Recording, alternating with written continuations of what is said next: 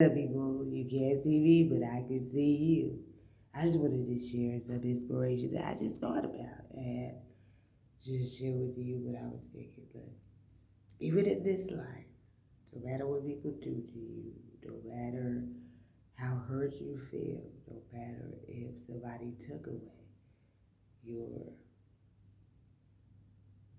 your self pride and things related to that nature of being a woman or being a man.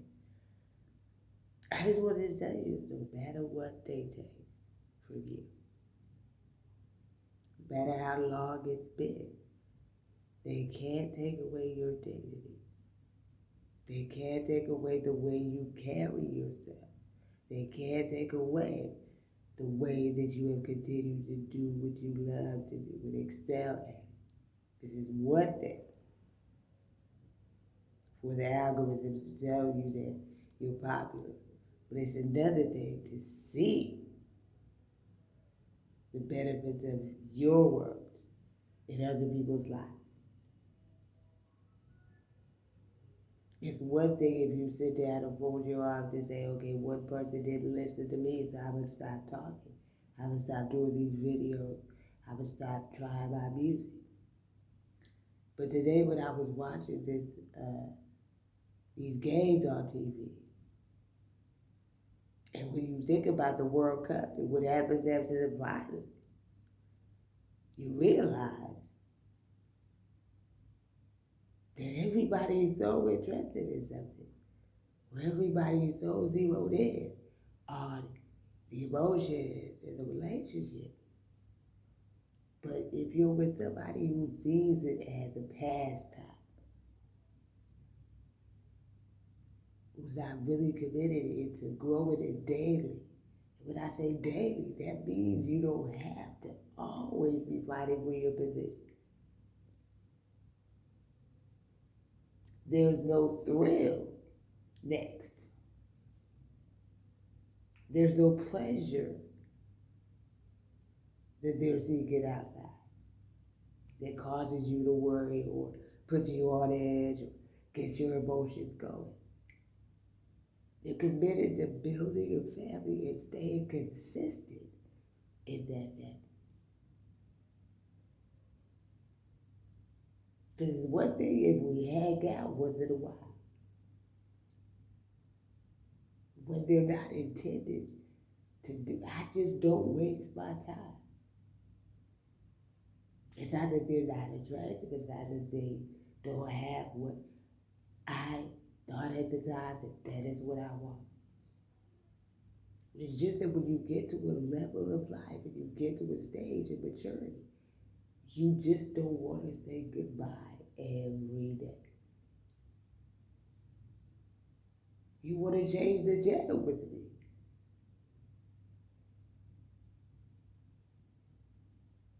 And that's the biggest decision of life.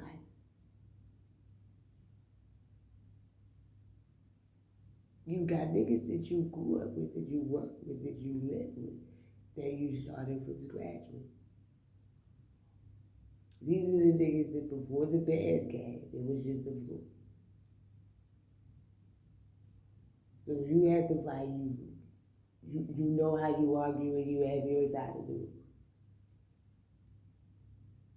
But then you watch everything come together and you watch each other achieve something.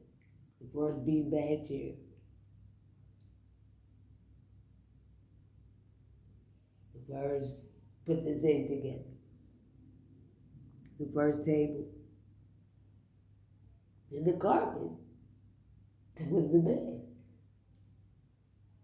But the stages that you went through is the love that you have for each other. But it doesn't mean that you should settle for anything less. The biggest hurdle that we women go through is finding out or figuring out how to choose between just for now and every day.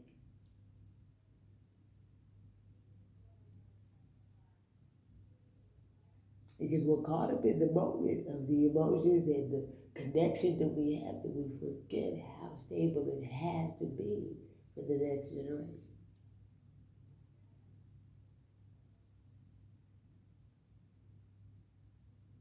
Remember when you went to the amusement park and you went on that ride that you were waiting so long for? If it was a slow ride,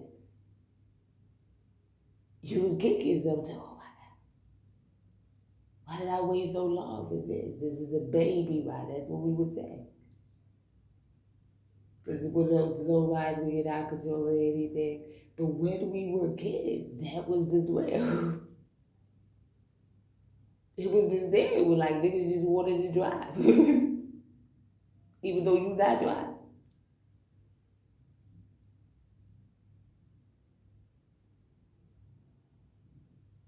To when we grow up and then we get to the bumper cars where you control how you move. And I love bumper cars because it gives you an idea of the inside thoughts of the nigga.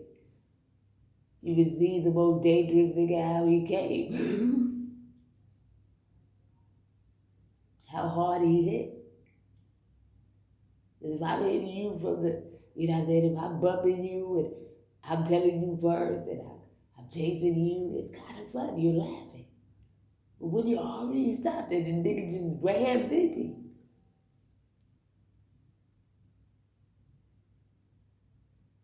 almost snaps your neck.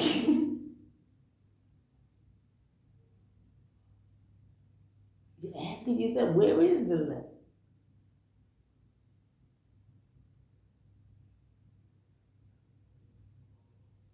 I'm gonna tell this. I'm gonna say this before I, because I'm going on and on.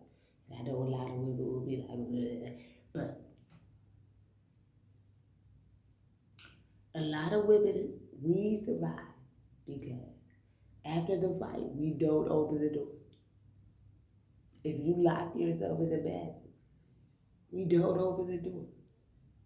It is the hardest thing for any woman to do. Because both of us, we want to make peace that night. You got hit, you're bruised. But don't forget you're a witness there.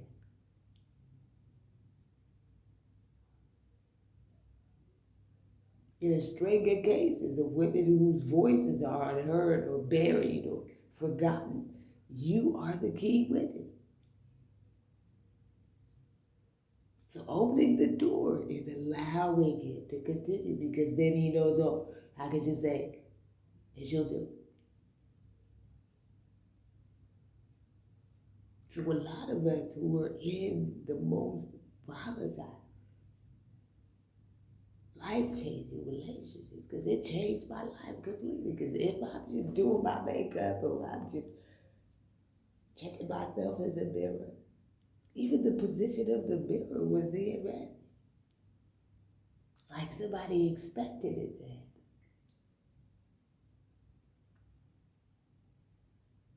And just for a second, something just says look up and you see somebody just coming down with a hammer. What would be your reaction? And would it inspire a movie?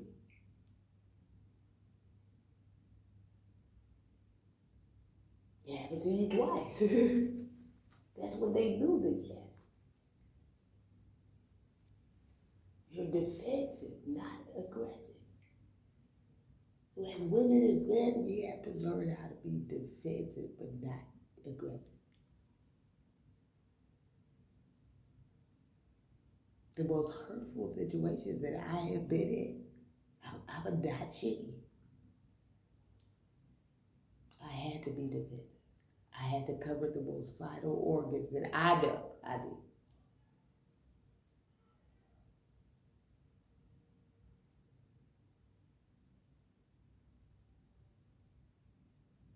They're not gonna give a shit about you.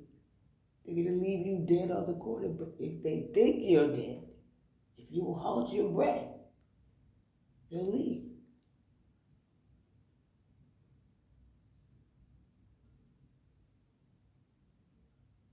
And then you can wake up and go home.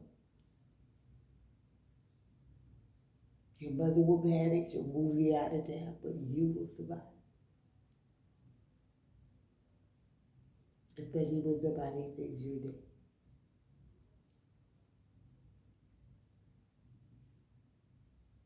I love you guys. That's my time. Have a wonderful night. And thank you so much for riding with me on this YouTube channel. I don't think that it's the pain that changes you. I think it's the possibility of who you can be.